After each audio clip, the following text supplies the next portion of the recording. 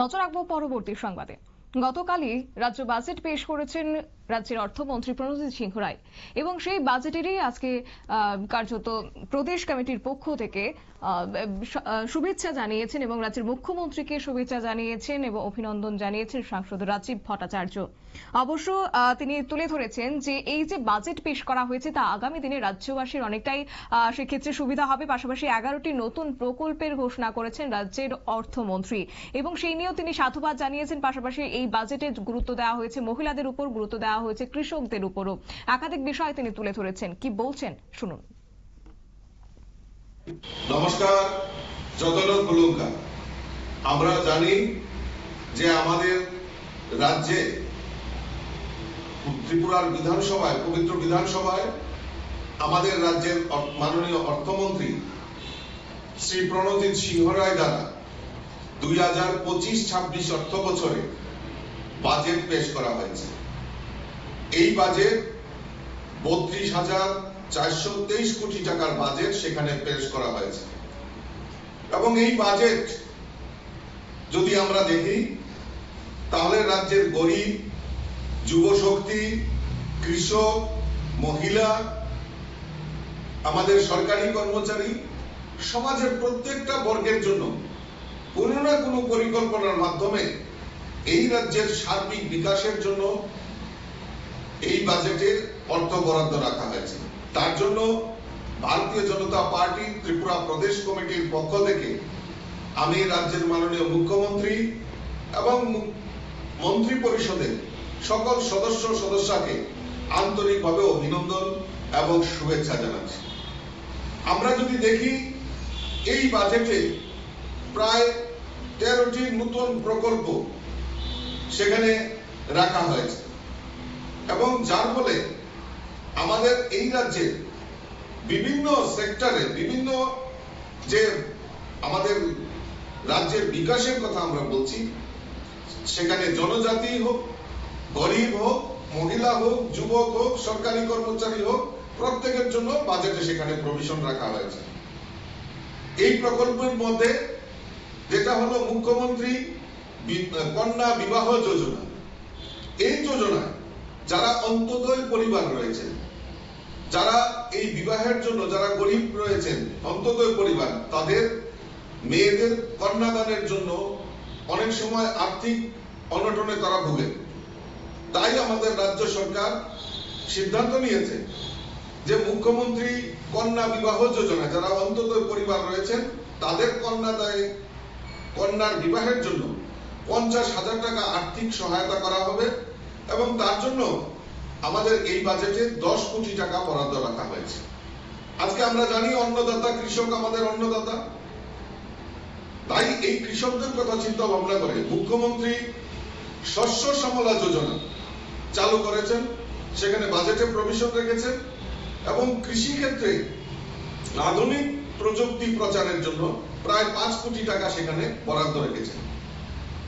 আরো একটা জিনিস এই বাজেটে আমরা দেখতে পেরেছি যে মানসিকভাবে অক্ষম ব্যক্তি যারা রয়েছেন তাদের পেনশন প্রকল্প চালু করেছেন, যার ফলে আমাদের এই রাজ্যে যারা মানসিকভাবে অক্ষম রয়েছেন ব্যক্তিরা তাদের প্রতি মাসে 5,000 টাকা সেখানে আর্থিক সহায়তা করার সেখানে প্রভিশন রেখেছে রাজ্য সরকার। তার জন্য এই বাজেটে প্রায় 40 কোটি টাকা সেখানে নির্ধারণ করা হয়েছে। আমরা জানি আমাদের রাজ্যের সরকার ভারতীয় জনতা পার্টি সরকার, আমরা বিশ্বাস করি যে এই ত্রিপুরা রাজ্যের সার্বিক উন্নয়নের জন্য জনজাতিদের বিকাশ দরকার। আমরা বিশ্বাস করি জনজাতিদের বিকাশের মাধ্যমে এই ত্রিপুরা রাজ্যের উন্নয়ন সম্ভব। তাই এই অর্থ বছরের যে বাজেট পেশ করা হয়েছে সেখানে ত্রিপুরা আদিবাসী স্বশাসিত জেলা পরিষদ যেটা TTADG আমরা বলি, সেখানে 860 কোটি টাকা বরাদ্দ রাখা হয়েছে এবং আদিবাসী উপ পরিকল্পনা এর জন্য প্রায় 7,148 কোটি টাকা সেখানে বরাদ্দ রাখা হয়েছে। আমরা জানি পরিকাঠামো উন্নয়ন, আমাদের আগরতলা এখন ব্যস্ততম শহর, আর আমাদের মা ত্রিপুরেশ্বরীর মন্দির উদয়পুর সেটাও আমাদের পুণ্যার্থী এবং বাইরে থেকে প্রচুর পর্যটক সেখানে আসেন।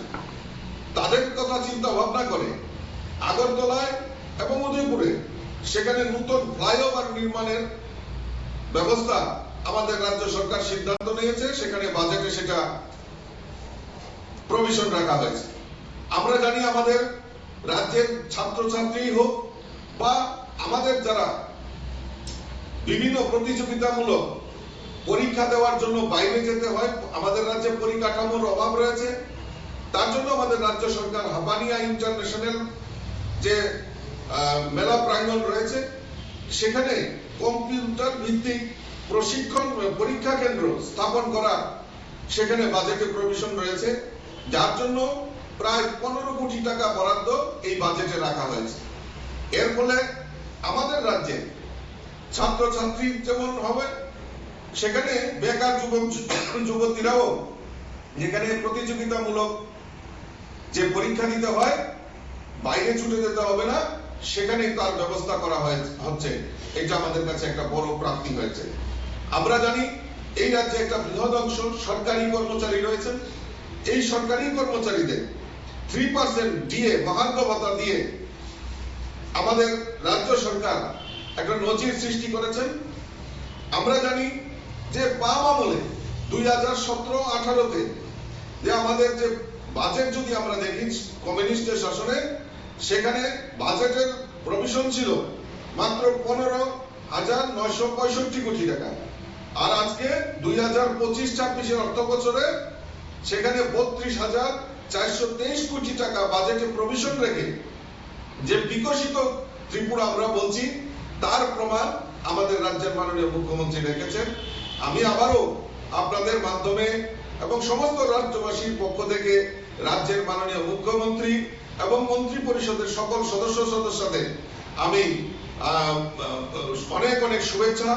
অনেক আপনারা শুনলেন রাজীব ভট্টাচার্যের বক্তব্য, অর্থাৎ তিনি বলেছেন যে এই বছর যে বাজেট পেশ করেছেন রাজ্যের অর্থমন্ত্রী, সেই জায়গায় দাঁড়িয়ে 32,423 কোটি টাকার বাজেট পেশ করা হয়েছে 2025-26 অর্থ বছরে, যেটা বিগত দিনে অর্থাৎ 2024-25 অর্থ বছরের তুলনায় প্রায় 20% বৃদ্ধি পেয়েছে।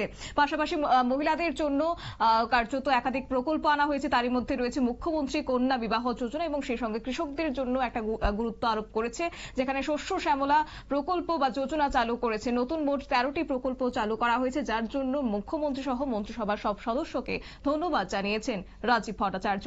নিয়ে নিচ্ছে ছোট্ট একটি বিজ্ঞাপন বিরতির সঙ্গে থাকুন।